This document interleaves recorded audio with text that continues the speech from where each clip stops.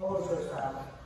I'm asking myself the question, what have I been missing in these last few months that has impacted my life maybe more than I realized? The last few weeks we've been talking about how much possibly not coming to church and not being able to corporately worship together, not being able to corporately serve together, maybe having more of an impact on my outlook, on my attitude, on my actions that I want to admit. And I pray these messages have been a help to you. I pray that Pastor Nate's message to you today about corporate service has been an encouragement to you. But as I was thinking about all those things, and we as church leadership were talking, we also started to think of how long it's been since we've been able to partake of the Lord's table together, to be able to do communion. It's been since Good Friday since we've been able to do that together. We want to give that opportunity to each and every one of you who feel like it's safe enough and it's responsible for you to be able to come to church. And so we're going to go back to the first Sunday of every month, being Communion Sunday. And so in 2 weeks, on August 2nd, we want to encourage all of you to come and be part of those services. They're going to look a little bit differently because we want to give the opportunity for all of you to be able to have the same service in the sanctuary together, a message and music and prayer all centered around the most powerful and changing message of Jesus Christ's sacrifice for us. And so instead of having a 9 and 10:15 service on August 2nd, we're going to have an 8 o'clock, 9 o'clock, 10 o'clock, and 11 o'clock service just here in the sanctuary. And those services will go for 40-45 minutes, just like our services have been. But the 8 o'clock and 10 o'clock services, we're going to ask you to park on the right-hand side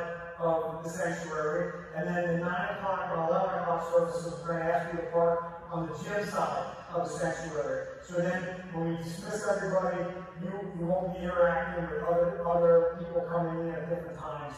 But that'll also give you a chance to hopefully connect with each other out in the parking lot as well. So we'll give you more of those details, and security will help you do that as well.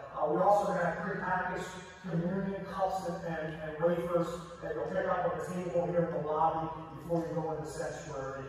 And then we're just going to worship God together and remind ourselves what this is all about. If we fill up the 8 o'clock, 9 o'clock, 10 and 11 o'clock services, we will then be offering also in the evening during senior high youth group a 6 o'clock and 7 p.m. service. And for those services, we will park on the right-hand side because the youth group will be using the gym parking lot because they'll be using the gym and the field for the youth group. So we're growing, we'll fill up all 6 services so we can be a part of worshiping corporately together around the Lord's table. Look for more information about that, and then in the upcoming weeks, sign up for a service. Look forward to partaking of the Lord's table with all of you.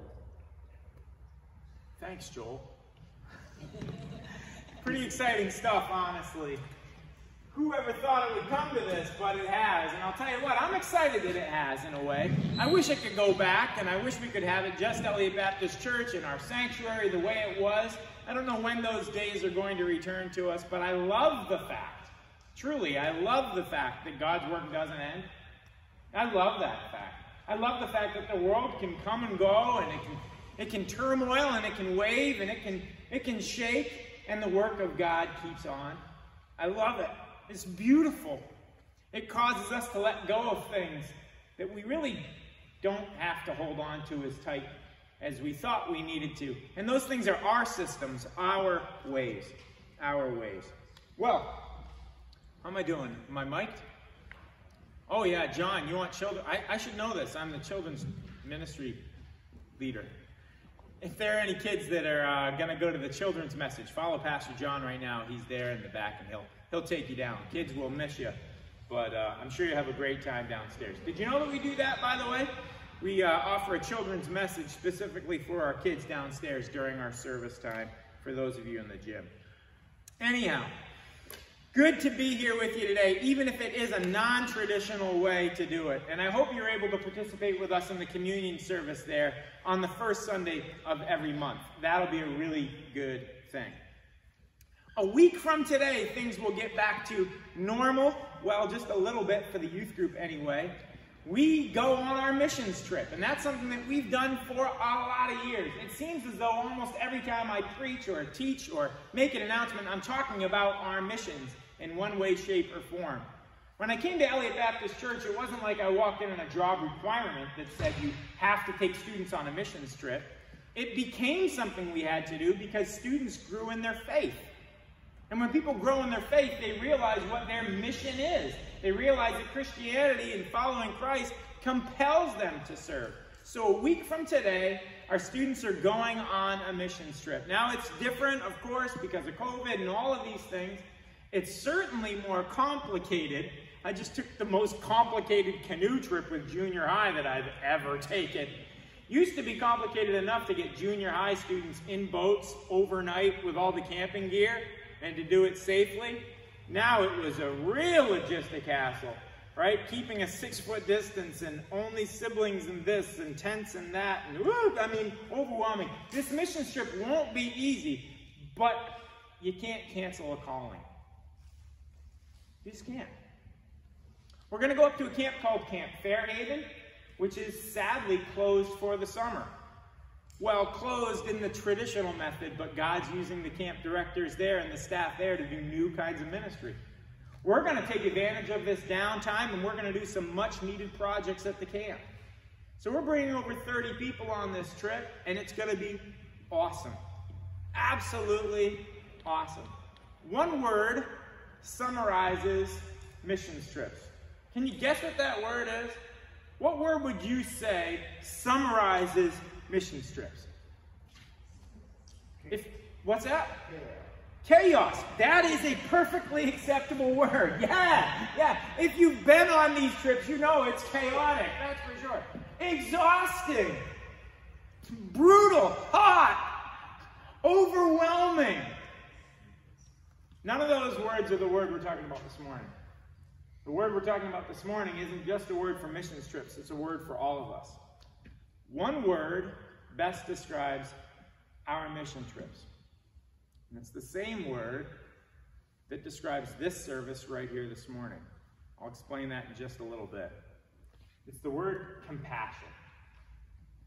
Compassion. Compassion is why we do what we do. Compassion gets it done. Compassion is really the reason for our mission. Did you know there are different types of compassion? Of course you did. There's different types of everything, right? Different types of love and different types of hate. Different types of everything. The Bible in the New Testament uses 2 predominantly different forms of compassion. There are 3, but 2 dominate more than anything else. I want you to turn your Bible to Matthew chapter 9 so you can get a good view of what compassion looks like. This was the kind of compassion that Jesus is most often associated with. Matthew chapter 9, verses 35 to 38.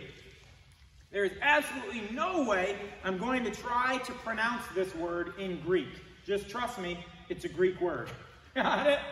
It's a big, long word for compassion, and it means to be moved to do. Talk about that more in just a second. Matthew chapter 9, starting verse 35.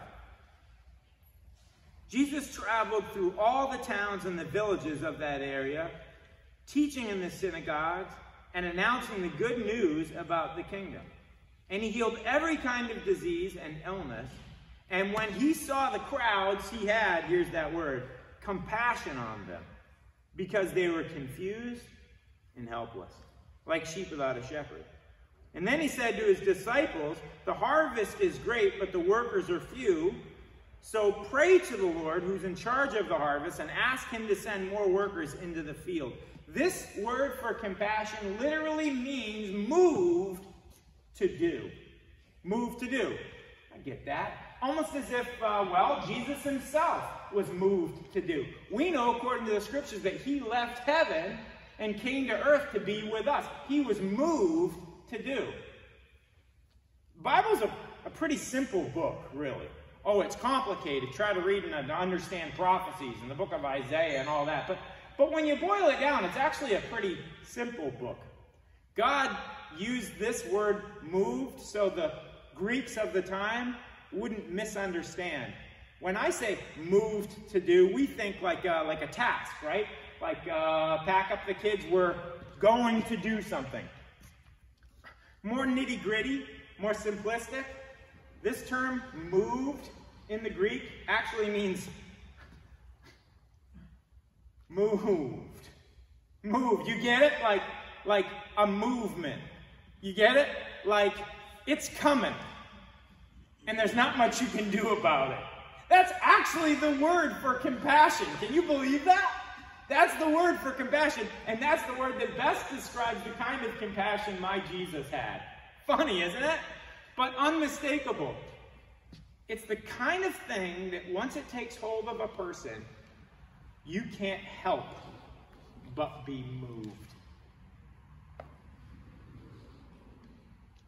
Compassion is such a fundamental to being a follower of Christ that once it gets hold of you, the only thing you can look to do is to find out where you need to unload it. I gotta go. Now. Somehow we think that's inappropriate, but it isn't. That's actually what the scriptures teach of Jesus and his compassion for us. It's so deep within us. And by the way, it's a byproduct of what we've been what? Eating, putting in our bodies. That because I've been feeding on this and thinking on this, I'm forced to this place where I have to go and I have to do. Compassion is a movement. Look back at the text again. Jesus sees people filled with need. He is moved with compassion. Has to do something about it. Has to. Has no choice. He came from heaven to earth because of the love that he has for us. He was compelled, the scriptures say, to the cross. And then there's an interesting twist. He turns to his disciples, understanding full well his movement required him to do this. And then he told them that they needed to do something. What did he tell them they needed to do?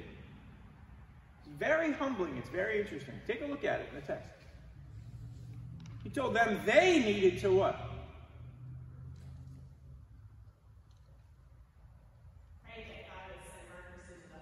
Pray. I can't control your movements. You want to know why a mission trip is complicated? You want to know why it's chaos? It isn't trying to feed 30 teenagers who all have different dietary needs. It isn't trying to keep them from chopping off their fingers. That's not a prop, by the way. It isn't just trying to keep them hydrated and keeping them motivated and keeping them this and keeping them that. The most complicated factor of a trip is making sure that it's our trip. I don't answer a mailing every year and say, we'll go here because some executive order from some denomination told us to go. We say, Lord God, show us where the need is. And then the most complicated part is when that burden has to transmit and transfer through the whole group. Jesus was filled with compassion when he saw the needs of the people, and his response to his disciples is that they ought to pray. He didn't force a mission on them. He didn't say, because I'm moved, you have to be moved. He simply was moved because of who he was. And then he looked at his followers and he said, would you pray? The need is there. The harvest is great, but the workers are few. Pray to God. See if he'll send more workers. There's another word for compassion, and that word actually means to share a feeling. The first one's moved to do. It actually compels us to a set place. And the second one is a shared feeling. For that, I want you to turn to Hebrews chapter 10, please. This has been God's text for me since the coronavirus, and it isn't because I intended to go there. It just keeps coming up. You ever had anything like that before? Where it just keeps coming up. You turn around and you're like, there it is again. There it is again. There it is again. God's been using this text in so many different ways for me. I was blown away when it came up in the creation of this message. Wow, Lord. Wow. Again. Hebrews chapter 10, We're going to read in verse 24 and then read verse 25. Then we'll skip a few, not because they aren't incredibly important, but because we need to get to a certain place with this message, and we need to do it in a certain amount of time. Hebrews chapter 9, verse 24. Let us think of ways to motivate one another to acts of love and good works. We'll stop there for just a second. It's almost as if, piggybacking off of what we've learned from Christ,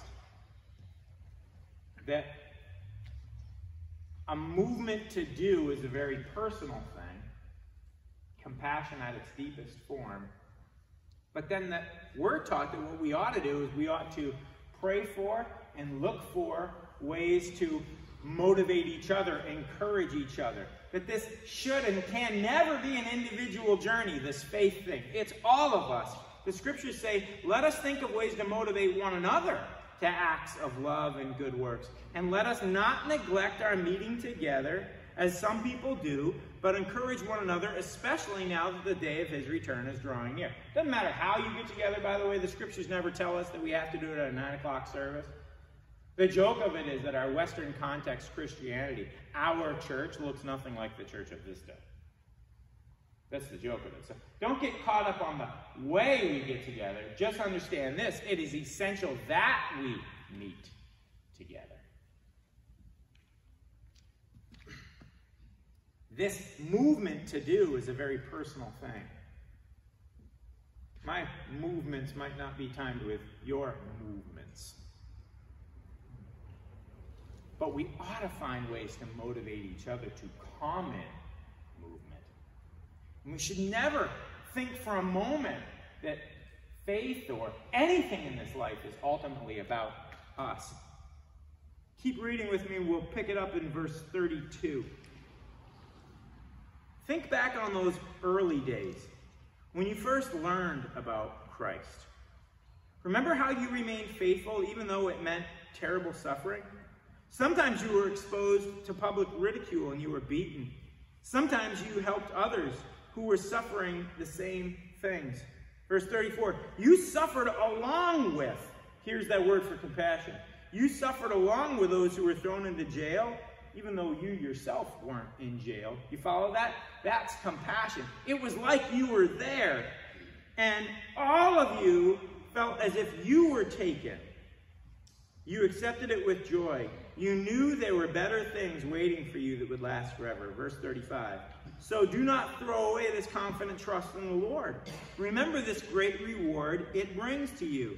Patient endurance is what you need now so that you'll continue to do God's will. And then you'll receive all that God has promised. For in just a little while, the coming one will come and not delay, and my righteous ones will live by faith, but I will take no pleasure in anyone who turns away. But we are not like those who turn away from God to their own destruction. We are the faithful ones whose souls will be saved.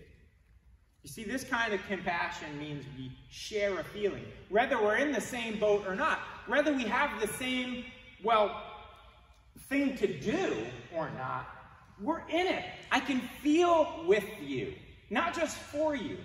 I care about your burden as if I were there. That's why our church missions trips, for just example, really do involve our entire church. It's because whether you go on the trip or not, you're there with it. That's what compassion does. Compassion gets the job done. Now we're going to do a little play on words. When I say compassion, I want you to think common passion. Compassion is a common passion, and that's what gets things done. When people share a common passion, step back. I mean, I can think of powerful examples in the world. Can you? Some not so good. Genesis chapter 11, I remember a tower known as the Tower of Babel. And people had a common passion there. What was their common passion? Well, the scriptures say it was to make a name for themselves. And that didn't go over very well. Even still, it was a heck of a tower. That's for sure. And when it came down, there was a mighty crash. Common passion gets stuff done. Compassion gets things done. And it ought to be a part of us. Now, I can't tell you what moves you personally. And you can't tell me what moves me personally. That's a result of what God has been doing within me and what God has been doing within you. But we can feel for each other, and we can connect with each other. We can make sure that we don't forsake the assembling of ourselves together, that we stay connected, that we don't just go to a communion service on the second because I guess they give out free crackers and juice there. By the way, they're getting smaller and smaller, budget cutbacks, baby, you know. This prepackaged stuff is ridiculous. You're going to take it and be like, is that it? Back in the day, we had a loaf, right? Man, it isn't about the thing. Come to the communion service so you can have communion with God and with each other. Because if we don't, we lose compassion. And without common passion, we're adrift. And we accomplish very little. That, my friends, reminds me of Mark chapter 16. Turn to Mark 16. We looked at this in senior high last week. It's crazy how God weaves all things together. Mark chapter 16. Mark is about the shortest of the Gospels. And its summary of the crucifixion and subsequent resurrection of Christ is the shortest in all the Gospels. But allow me to show you some things in this text and remind you of some things. Jesus Christ had come to earth, had served, had touched, was moved with compassion. He had an individual story with every person he came into contact with.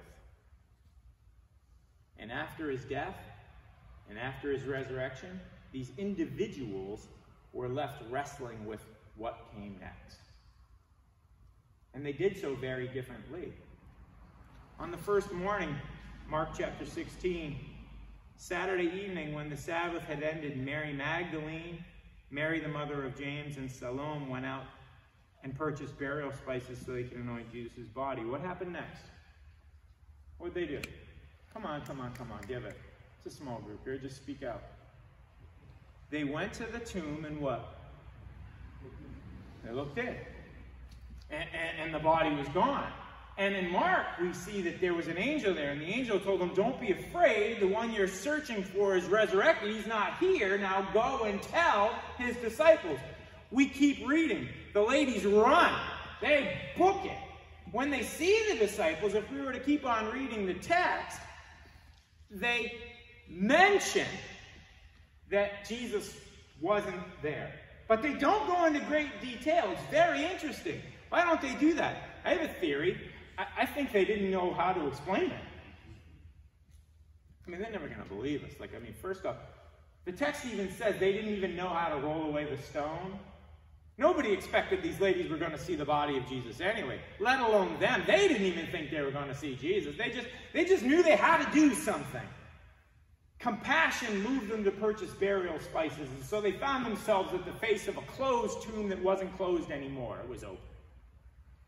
And then they go and they tell, they kind of mention that, Jesus wasn't there. And the disciples, they don't believe it. And we know, according to the other Gospels, that many of the disciples were hiding out in an upper room. Well, why were they hiding out in an upper room? Well, they'd shared an awful lot. They'd been on the traveling posters with Jesus. People were probably looking for them. So they felt a common connection. There was another guy, Peter. The scriptures call him out specifically here in Mark 16. They say, make sure you tell the disciples, and Peter. Why would they say, and Peter? Why and Peter? Wasn't he a disciple already? I mean, he's in there. Why and Peter? Well, because Peter had done something maybe a little, not so good. Peter had denied Jesus. Peter had said, I don't know the man, as he was being crucified. See, everybody's got a different story in Mark chapter 16. And everybody's going in a different place. If you keep reading Mark chapter 16, you see that Jesus Christ appears to the disciples. And they're stunned. And then Jesus appears to Peter. And then Jesus, according to Matthew, appears to Thomas. Thomas says, I'm not going to believe unless I put my hands in there and find. I'm sorry. It's a lot. I can't handle it. Everybody's got a different story. But when Jesus finally appears to them all, he gives them a new word, a new calling.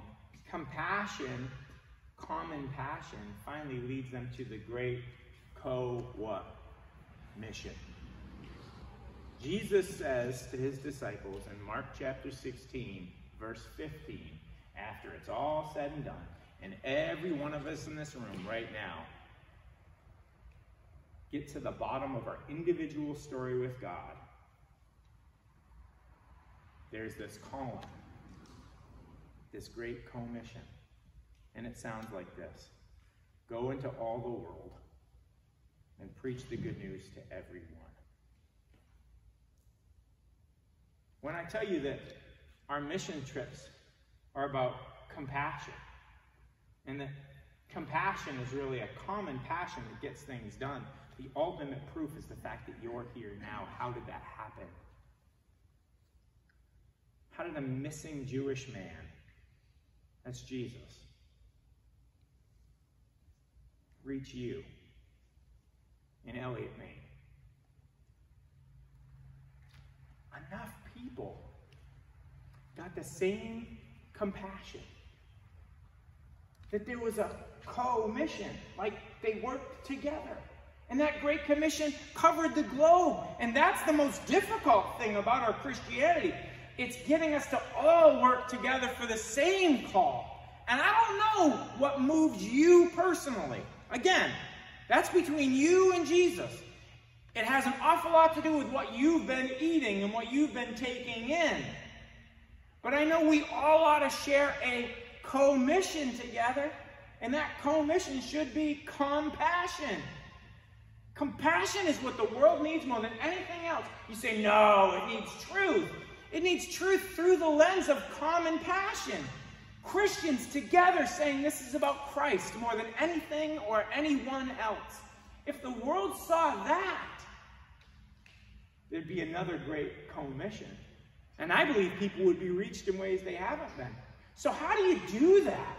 What do you lay on the guilt? Is that how that happens? How do we do it with youth missions trips? Again, just an example. The most difficult part isn't planning how to transport everybody, but believe me, that's complicated. How many people are going to fit in this car, plus the driver, minus the driver, plus this, and the budget, and this van gets this many miles per gallon, and don't forget we have to tow the trailer, so we got to have one with a hitch, and then we got to all decide on the right route. Do you have Easy Pass? But above and beyond all of that, the most difficult part to a mission is making sure we all share that passion. How did it turn from Pastor Nathan's mission that you just go on or you don't go on to something that if I canceled it, I know it would continue anyhow? By the way, that's happened before on our mission trips. There's been a few over the years that at the last minute I couldn't attend. And they still happen. How'd that work? Personal reflection. We build towards it most of the year. Almost all of our messages have to do on Sunday nights with introducing students to Christ and then allowing them to see what Christ wants for and from them. And when you do enough of that, it leads you to a place. I'd like us to do a little reflection this morning, and we're going to do it in Psalms 139. Psalms 139. The very fact that we've covered so many scriptures here this morning proves the power of common passion. Some of this, some of this, some of this, some of this, all together. And we find ourselves moved. Here's how compassion or common passion is going to work. It's going to look like reflection on three things. Keep this in mind as we read it. Who is God? Write it down if you need to.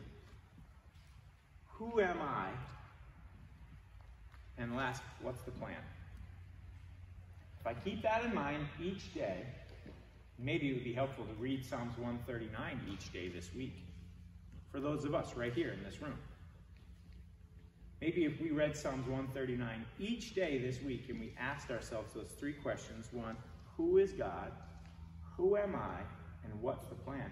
Maybe by next week we'd be even closer than we are. Let's read it together. The words of a man after God's own heart. Oh Lord, you've examined my heart. You know everything about me. You know when I sit down and when I stand up. You know my thoughts even when I'm far away. And you see me when I travel and when I rest at home. You know everything I do. It's personal, isn't it?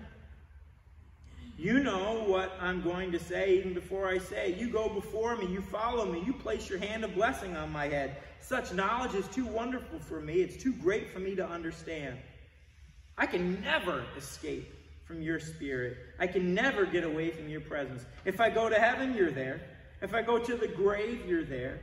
If I ride with the wings of the morning, if I dwell by the furthest oceans, even there your hand will guide me. Your strength will support me. I could ask the darkness to hide me and the light around me to become night. But even in the darkness, I couldn't hide from you. To you, the night shines as bright as day, and darkness and light are the same to you. You get an idea of who God is? Ultimately powerful, above all things, and yet intimately acquainted with each of us. You made all the delicate inner parts of my body, verse 13. You knit me together in my mother's womb. Thank you for making me so wonderfully complex. It's a good summary of who I am. That's for sure. You watched me as I was being formed in utter seclusion, verse 15, as I was woven together in the darkness of the womb. You saw me before I was born. Every day of my life was recorded in your book, and every moment was laid out before I had a single day that had passed. How precious are your thoughts about me, O God. They can't be numbered. Even if I count them, they outnumber the grains of the sand. When I wake up, you're still with me. O God, this is so funny. If you'd only destroy the wicked, get out of my life, you murderers. They blaspheme you. Your enemies, they misuse your name. O Lord, shouldn't I hate those who hate you? Shouldn't I despise those who oppose you? Yes, I hate them with total hatred, for your enemies are my enemies. Do you see a little transition there in that text? It went from like Hallmark to like not so much. You see that part? There's the part that your grandma wants to put on a card for you. God's always with you. You know, she cares about you. In the darkest night, he's there with you. So comforting. And then there's this transition. Shouldn't I just kill everybody who hates you? Shouldn't we just wipe them out? You know why this text is great? Because this text exposes who we are. We're ideologues who see the world through one set of eyes. And whose eyes are they? Ours. Common passion changes things out. Common passion acknowledges that God knows everything about us. That's who he is. It acknowledges that we're very complex individuals. It even acknowledges the fact that I see things this way, but it doesn't end there. Look at verse 23. This is why David's a man after God's own heart. This is it. It isn't because he slept with Bathsheba. It isn't because he murdered a guy. It isn't because he was a king or a deadbeat dad. All those things are true. It's because of verse 23. It's because that man was humble enough to say, search me, O God, and know my heart. Test me and know my anxious thoughts. Am I right to see things this way, God? I mean, it seems to me as though, but am I right to see things this way, God? Verse 24, so bold. Point out anything in me that offends you, and lead me along the path of everlasting life. Compassion gets it done. You see problems in the world? I know of no other solution than compassion. How can we all have the same compassion? Reflection. Reflection on who God is, on who you are, and then ultimately a submission to his plan. Lord, would you lead me in the way I should go? Jesus says, I'm moved to do. I think you should pray. I think it's a good idea.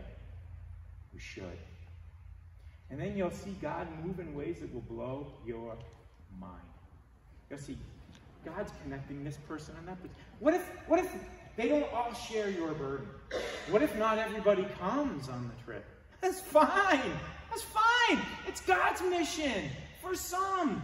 But we're in this together. And then God gives you these little love kisses like he gave me when I was sitting there this morning. The songs that we sang this morning were not my songs. I didn't choose them and ask our team to perform them or lead them. They were God's songs that I have been singing non-stop for months. My family sitting next to me all turned and said, "You sing this song." It's the power of compassion.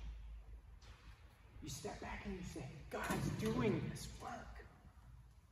God's doing it. And that's what's going to change the world. The Great Co-Mission wasn't great because he told us to do it. He told us not to eat tree fruit, and we did that too. That wasn't called the Great Co-Don't Eat. It's the Great Co-Mission because people finally came together. This guy in the room, this chick at the spice shop, this guy there, this one there, they all came together. And with a passion, they changed the world. Please reflect on who God is, on who you are, and on what he wants to do in this world. Can we close with a song, please? I need to co-mission together and connect through song.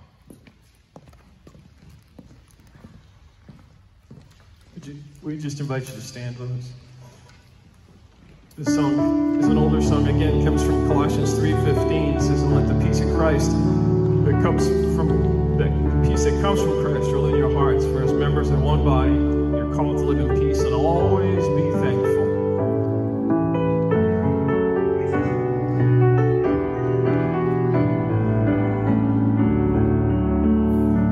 Let the peace of Christ rule in your heart. Let the peace of Christ rule in your heart. And whatever you do, in word or deed, do it all in the name of the Lord. Giving thanks. Giving thanks. Giving thanks to God through Christ the Lord. Giving thanks to God through Christ the Lord. Sing that verse again. Let the peace. Oh, let the peace of Christ rule in your heart. Let the peace of Christ rule in your heart. And whatever you do in word or deed, do it all in the name of the Lord. So give him thanks. Giving thanks, giving thanks to God through Christ the Lord. Giving thanks, giving thanks to God through Christ the Lord. Giving thanks, giving thanks to God through Christ the Lord. Giving thanks, giving thanks to God through Christ the Lord. Lord, we give you thanks and we give you praise. And all God's people said, Amen. Amen. Sing that on the way out. Giving thanks to God through Christ